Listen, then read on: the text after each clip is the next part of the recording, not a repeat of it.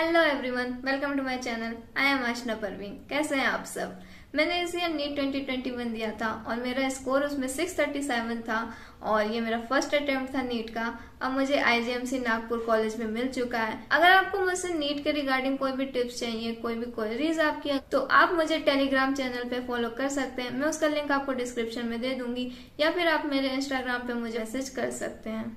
इस वीडियो में आपसे मैं फिजिकल केमिस्ट्री के बारे में बात करना चाहूंगी। अगर मैं सिंपल वे में फिजिकल केमिस्ट्री को एक्सप्लेन करना चाहूँ तो ये थोड़ा बहुत फिजिक्स से रिलेटेड है, सिमिलर है उससे, क्योंकि इसमें भी न्यूमेरिकल्स होते हैं। इसमें भी जो न्यूमेरिकल ज्यादा होते हैं, थ्योरेटिकल पोर्शन बहुत कम होता है। अगर मैं फुल थ्योरेटिकल चैप्टर अगर बात करूँ तो सिर्फ एक सरफेस केमिस्ट्री ऐसा चैप्टर है जिसमें कि सिर्फ थ्योरेटिकल पोर्शन है। फिजिकल केमिस्ट्री में मैं सबसे पहला आपसे बेसिक पॉइंट अगर बताऊं तो सबसे पहला बेस आपका जो बनाता है दैट इज मोल कॉन्सेप्ट। आपको मोल कॉन्सेप्ट के बारे में पूरा पता होना चाहिए, उसके सारे फॉर्मूले याद होने चाहिए।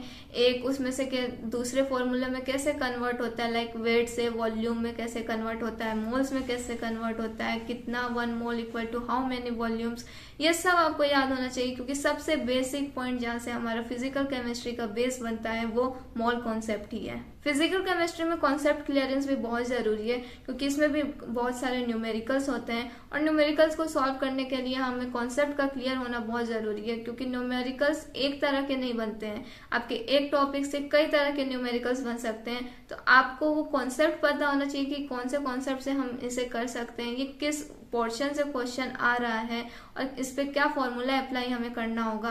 तो ये सब चीजों का भी हमें फिजिकल केमिस्ट्री में ध्यान होना चाहिए, जैसे कि हम फिजिक्स में करते हैं। अगर 11th की फिजिकल केमिस्ट्री की मैं बात करूं तो 11th में ज्यादातर बेसिक चैप्टर्स ही हैं, जैसे कि सबसे पहला मोल कॉन्सेप्ट है, atomic structure, chemical equilibrium, ionic equilibrium और थर्मोडायनेमिक्स को अगर हम छोड़ दें तो ज्यादातर बेसिक चैप्टर्स ही हैं, जैसे कि रेडॉक्स, रियल गैसेस, ये सब बेसिक चैप्टर्स हैं हमारे। जब हम 12th में आ जाते हैं तब हमारे अच्छे अच्छे चैप्टर्स आते हैं, लाइक इलेक्ट्रोकेमिस्ट्री आ जाता है वहाँ पे, फिर सॉल्यूशंस एक बहुत अच्छा चैप्टर होता है, केमिकल काइनेटिक्स जो पर्सनली मुझे बहुत ज्यादा पसंद था। 11th में आयनिक इक्विलिब्रियम जो चैप्टर है वो बहुत ही कॉन्सेप्चुअल चैप्टर है, उसमें इतने सारे फॉर्मूलेज हैं कि एक बार में शायद आप उस चैप्टर को ध्यान से ना कर पाओ।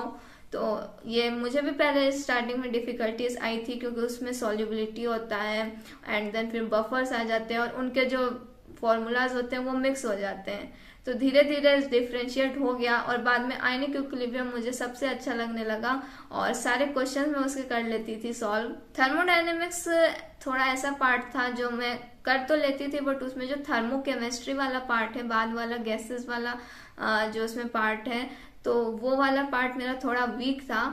बट धीरे धीरे करते करते एट लास्ट ऐसा हो गया था कि हाँ मैं क्वेश्चन सारे उसके सॉल्व कर लेती थी। ये सब क्वेश्चन प्रैक्टिसिंग की वजह से मेरा ज्यादा 12th में बहुत अच्छे चैप्टर्स जो कॉन्सेप्चुअल चैप्टर्स मुझे सबसे ज्यादा लगे वो इलेक्ट्रोकेमिस्ट्री और सॉल्यूशंस हैं, जिसमें बहुत अच्छे अच्छे कॉन्सेप्ट्स हैं और वो ऐसे कॉन्सेप्ट्स हैं जो हमें एक बार में शायद ना आ पाए। इलेक्ट्रोकेमिस्ट्री तो बहुत ही अच्छा चैप्टर लगा। अगर मैं कुछ पॉइंट्स आपको बताऊं फिजिकल केमिस्ट्री में जो आपको सिर्फ याद रखना चाहिए फिजिकल केमिस्ट्री को पढ़ते वक्त, तो सबसे पहला बेसिक पॉइंट जो मैंने आपको बताया कि मोल कॉन्सेप्ट आपको बिल्कुल अच्छे से आना चाहिए। केमिकल इक्विलिब्रियम भी एक ऐसा चैप्टर है जो कि आपको बहुत अच्छे से आना चाहिए क्योंकि आगे उसके जरूरत आपको पड़ती है। 12th में भी कुछ चैप्टर्स हैं उसमें भी जरूरत पड़ेगी और आयनिक इक्विलिब्रियम में तो पूरा बेस्ड ही उसी पर है, तो इसलिए आपको केमिकल इक्विलिब्रियम भी एक ऐसा बेसिक चैप्टर है। एटॉमिक स्ट्रक्चर भी एक ऐसा बेसिक चैप्टर है। तो ये सब बेसिक चैप्टर्स जो हैं ये आपको अच्छे से आने चाहिए। सेकंड जो बहुत इंपॉर्टेंट पॉइंट मैंने आपको बताया कि इसमें भी कॉन्सेप्ट क्लियर बहुत होने चाहिए।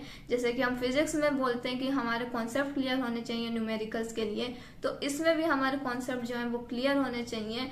थर्ड इंपॉर्टेंट पॉइंट कि अगर आप फिजिकल केमिस्ट्री के थ्योरी को पढ़ लेते हैं, सारे फॉर्मूलाज को याद कर लेते हैं, तो न्यूमेरिकल्स भी इसमें बहुत इंपॉर्टेंट है। इसमें भी क्वेश्चन प्रैक्टिसिंग जितने ज्यादा आप करेंगे उस टॉपिक के बारे में आप उतने ज्यादा स्ट्रांग होते जाएंगे। Last but not the least, formulas हमें सारे ध्यान होने चाहिए क्योंकि अगर कोई भी चैप्टर आपका है फिजिकल केमिस्ट्री में उसमें फॉर्मूलाज बहुत ज्यादा होते हैं, तो वो फॉर्मूलाज आपको बहुत ध्यान से रखने चाहिए, क्योंकि फॉर्मूला अगर हमें याद नहीं होगा तो हम क्वेश्चन के आगे बढ़ ही नहीं पाएंगे। तो सारे फॉर्मूलाज उसमें कई 11th में भी बहुत सारे फॉर्मूलाज हैं, एंड देन फिर जब आप 12th में जाते हो तो हर चैप्टर में आपको अलग अलग तरह के फॉर्मूलाज मिलते हैं, तो आपको सारे फॉर्मूलाज ध्यान में होने चाहिए। तो ये थे कुछ पॉइंट्स फिजिकल केमिस्ट्री के बारे में जिन्हें हमें ध्यान रखना चाहिए उसे पढ़ते वक्त।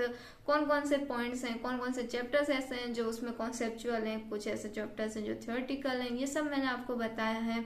आगे वीडियोस में भी मैं आपको नीट के प्रिपरेशन के रिगार्डिंग टिप्स देती रहूंगी। मिलते हैं नेक्स्ट वीडियो में। अगर आपको ये वीडियो अच्छा लगे तो इसे लाइक कीजिए, शेयर कीजिए और मेरे चैनल को सब्सक्राइब कीजिए। Thank you.